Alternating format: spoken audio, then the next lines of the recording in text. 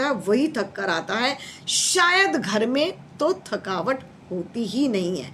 लेकिन मनोहर लाल जी ने आज उसको समझा दिया था, बेटा एक लिमिट में ही सब चीज़ें अच्छी लगती हैं। तू इसका पति है, इसे महसूस होने दे।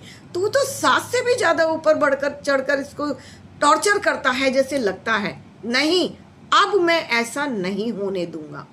उन्होंने अपनी बहू को आवाज़ दी थी, पिंकी तुम इधर आओ बेटा और यहाँ सुनो, थोड़ी देर के लिए तुम अपने काम को बंद कर दिया करो। 2 घंटे गर्मी में तुम रेस्ट करोगी और उससे पहले कोई काम नहीं करोगी। जो काम है तुम उसे छोड़ दो और कल से मैं एक काम वाली भी लगवा दूंगा। सबके घरों में लगी हैं, कोई नई बात थोड़ी है। इसे भी कुछ सहयोग मिलेगा, इसे भी थोड़ा आराम मिलेगा। अगर तुम्हारे जैसा पति इसका साथ नहीं देगा, कल को इसकी बहू भी ऐसी आ गई तो कब आराम करेगी ये? इसका शरीर है, थकता है। मनोहर लाल जी ने अपने बेटे रोहन को समझा दिया था। रोहन को भी जैसे कुछ लगा था कि वो भी कुछ गलत कर रहा है। ठीक है बेटा, तुम अपनी मम्मी के जैसा ही इससे व्यवहार करते हो। मम्मी के साथ पले हो ना, मम्मी ने बड़े प्यार से पाला है तुम्हें। मम्मी के जैसे गुण हैं, वो चीज़ तो अच्छे हैं, लेकिन मम्मी के अवगुण नहीं लेना है। किसी को भी ऐसी बातें नहीं बोलना है कि उसे महसूस हो जाए कि तुम एक नौकरानी की तरह काम करते हो। पत्नी है, रिस्पेक्ट देना सीखो। पत्नी है, प्यार करना सीखो। अपने बच्चों को साथ में बैठाना सीखो।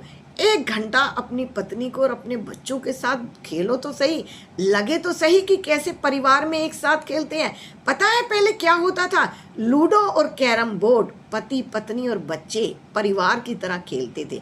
तुमने देखा है वो कोड़ियाँ हुआ करती थी, उनके साथ वो खेलते थे जैसे चौसर हुआ करता है।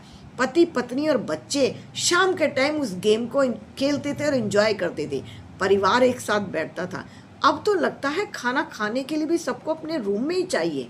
रूम के अंदर ही खाना दे दो क्योंकि एसी से बाहर नहीं आना है। बेटा परिवार के साथ बैठना सीखो और पत्नी को सम्मान देना सीखो।